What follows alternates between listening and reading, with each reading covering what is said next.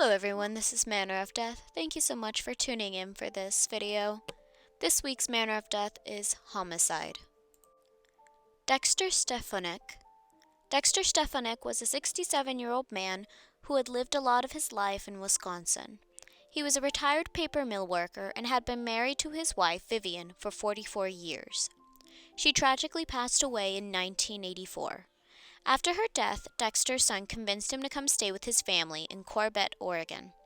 Dexter stayed there for a while, but became determined to return to Wisconsin.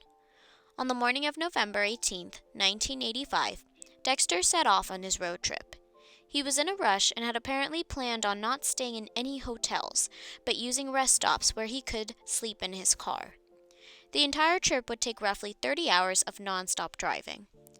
Dexter was last seen alive in Park City, Montana, where he had stopped at a gas station to fill up his Plymouth Horizon. On November 19, 1985, his car was set on fire at the Bad Route rest stop near Glendive, Montana, which is 16 hours away from Gilbert, Oregon. That same morning, Clyde Mitchell, a Montana State Highway supervisor, stopped at Bad Route rest stop and noticed a light-colored Chevy pickup truck with Arizona license plates. It possibly had a camper on it and had a blue stripe down the side. It looked like it was being lived in and was parked farther away from the front of the rest stop, which is unusual since the rest stop wasn't busy and there was plenty of space. Apparently another witness, Frank Siegel, the rest stop attendant, noticed a man who was not Dexter carrying 2 gas cans over to a Plymouth Horizon, which was parked near the Chevy truck. Clyde Mitchell was the one who found the burning car later that day. The Chevy truck was gone. 4 months later, in March of 1986, Dexter's body was found. Some people were going to a local landfill when they saw him partially hidden by a mattress. Dexter had been killed and had been shot twice to the head. His wallet and luggage was also found in that area, but nothing had been stolen. This makes robbery seem unlikely. Some postcards were discovered, and they were written to a woman in Wisconsin. It's thought that because the landfill is not easily located, that whoever the killer was is someone who knew the area, either a local or someone who had connections there.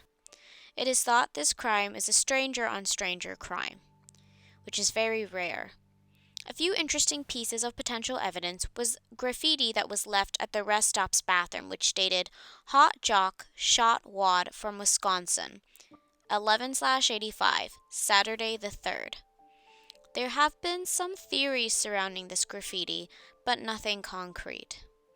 His case was reopened in 2012 after it had gone cold, which is good news to hear, but unfortunately it has remained open since then and has still been unsolved. Charles Roberts. Charles Dale Roberts was a 58-year-old man living a transient lifestyle by the railroad tracks in Billings, Montana. On April 2, 2007, he was beaten and impaled by an object. This all occurred near the railroad tracks in downtown Billings. Little else is known about his case. If you have any information about what happened to Charles Roberts, please contact the Billings Police Department at 406-657-8467. David Gilbert. On August 8, 1996, David Gilbert, who was a 42-year-old man, had been stabbed to death in a park in Billings, Montana. Gilbert's dog alerted others at the park to the crime by barking. David was lying on the ground surrounded by beer cans and bottles when he was found. According to eyewitnesses, a Native American man was seen leaving that park in a white 4-door car. Little else is known about this case. Even though the park had a crowd of people, many of them were hesitant to talk about what occurred. If you have any information that could help solve David Gilbert's case, please contact the Billings Police Department at 406-657-8467. Kendra Lafond. Kendra Lafond was an 8-month-old child living in the Billings area with her family. On October 4, 1995, she was discovered to not be breathing. Her death could have been natural, but it was found during an autopsy that she was abused physically. Her death is seen as suspicious.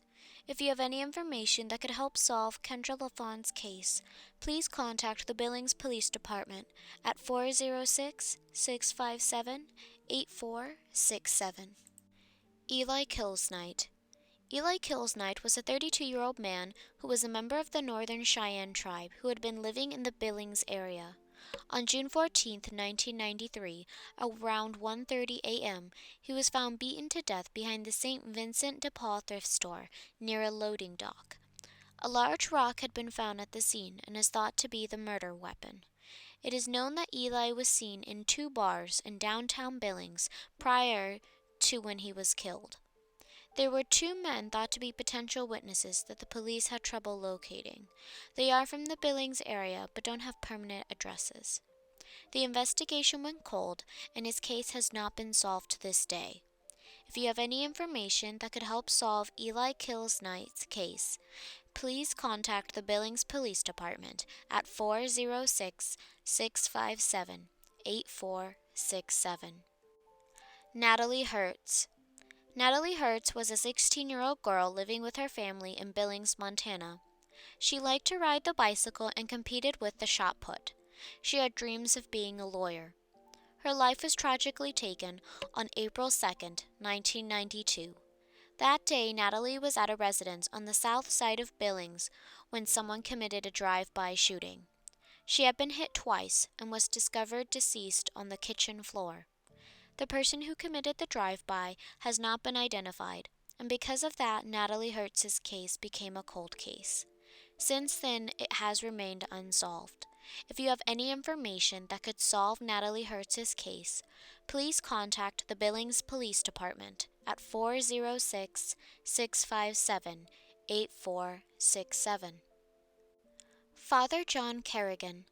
Father John Kerrigan was a 58-year-old Franciscan priest who had just been transferred to the Ronan Parish in Ronan, Montana. He was set to begin work at the Sacred Heart Church. He had been a priest for 30 years, and this was to be his 13th assignment. In fact, one of the reasons he was noticed to be missing was when he didn't show up to Mass to give his sermon. He was last seen alive at Denault's Bakery on 4th Avenue in Ronan on July 20, 1984. He briefly stopped there on his way home from going jogging. The clothes he was spotted wearing was a white t-shirt, red shorts, and sneakers. The car he drove was a brown Chevrolet Impala. The next day, after he was last seen, his clothing was found by a woman setting up a fruit stand next to Highway 35 close to Flathead Lake. His shirt was blood-stained and contained a $100 bill in the pocket. A blood-stained coat hanger was also discovered near the clothes.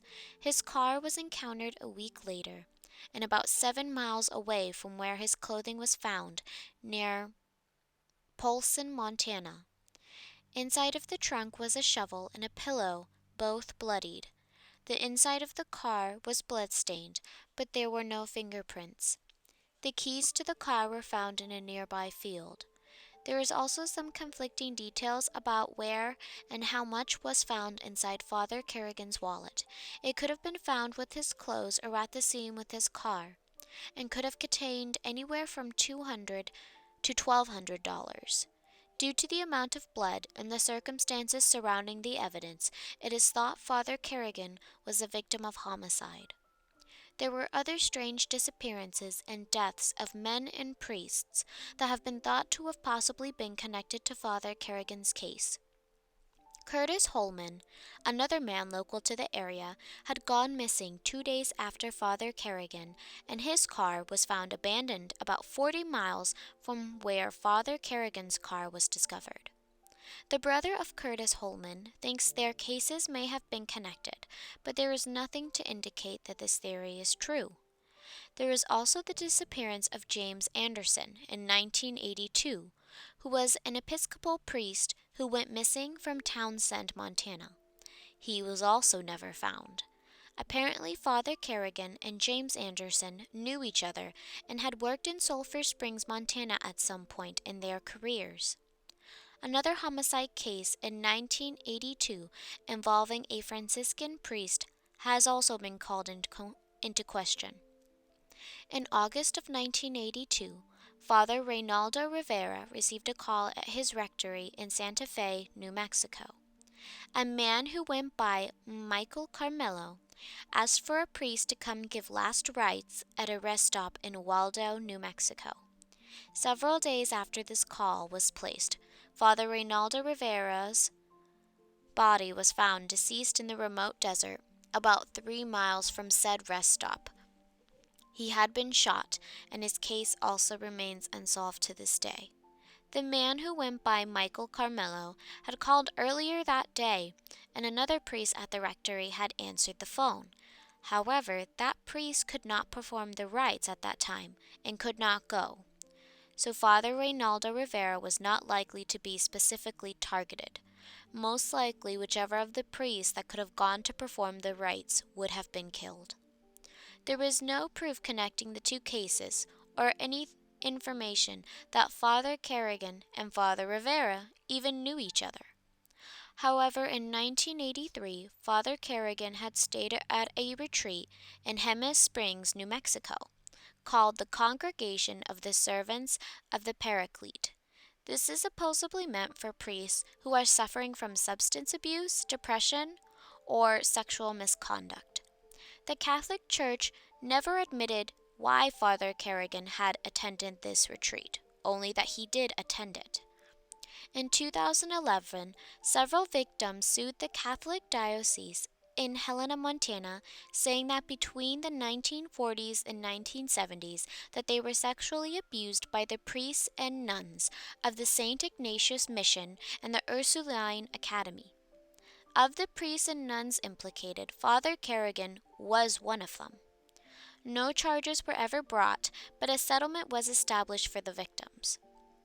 This case has a lot of moving parts and a lot of connections that are really loosely involved. The missing men from Montana, as well as the murders of other clergymen, make everything seem like one big conspiracy. Remember, however, that nothing has been officially tied to Father Kerrigan's case. Since his disappearance and presumed death in 1984, his case has remained unsolved. If you have any information that could help solve Father John Kerrigan's case, please contact the Lake County Sheriff's Office at 406-883-7301. Morris Davis Jr. Morris Davis Jr. was a 23-year-old young man who was well-liked and full of life. He liked being outdoors and working on cars. He was working part-time as a pizza delivery man for a local pizza restaurant called Howard's Pizza. It was this job that would lead to his murder. On the night of April 5th, 1985, Morris Davis Jr. went to deliver a pizza to a local house at 1015 6th Avenue in Great Falls, Montana, only to be shot and killed. Unfortunately, one of the responding paramedics happened to be Cliff Davis, Morris's brother. Cliff had to help load his brother into the ambulance and had to watch as he died on the way to the hospital. He had been shot more than 8 times. The motive for the killing is thought to be robbery, as the delivery wallet was taken. The police have a running theory of what happened that night. Whoever killed him chose a vacant house to be the address for the delivery, as a for sale sign had been removed from the front yard of the home. The call for the pizza order had been made at 8:34 p.m. No phone service was connected to the home, so the call was made somewhere else. At 9:15 p.m., Morris Davis set out to deliver the pizza. He entered the house and was shot. He ran out again of the house, but was shot again.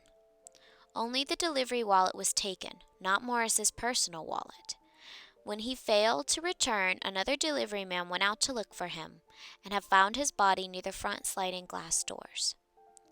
No murder weapon was initially found, but on May 11, 1988, a man had been arrested because of the stolen car he was driving, and in that car was a gun that had been sold to a pawn shop earlier that day.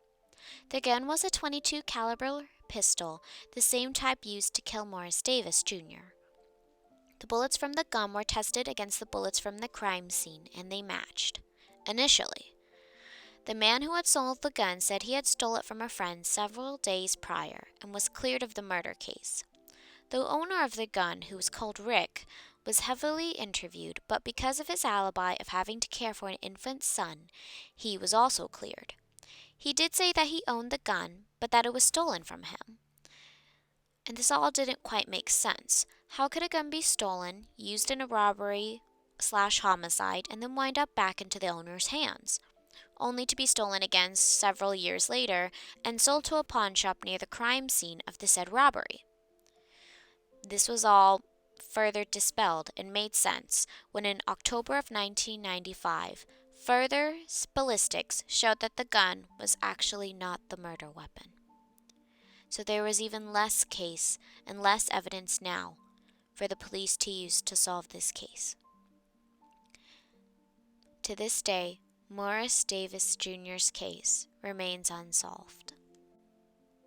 Hi everyone, Manner of Death here. Thank you so much for watching until the end of the video. I really appreciate all the support that you give me.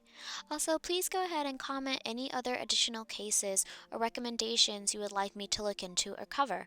I always appreciate your comments and the thoughtful things you have to say to me. Thank you so much. I'll see you in the next one.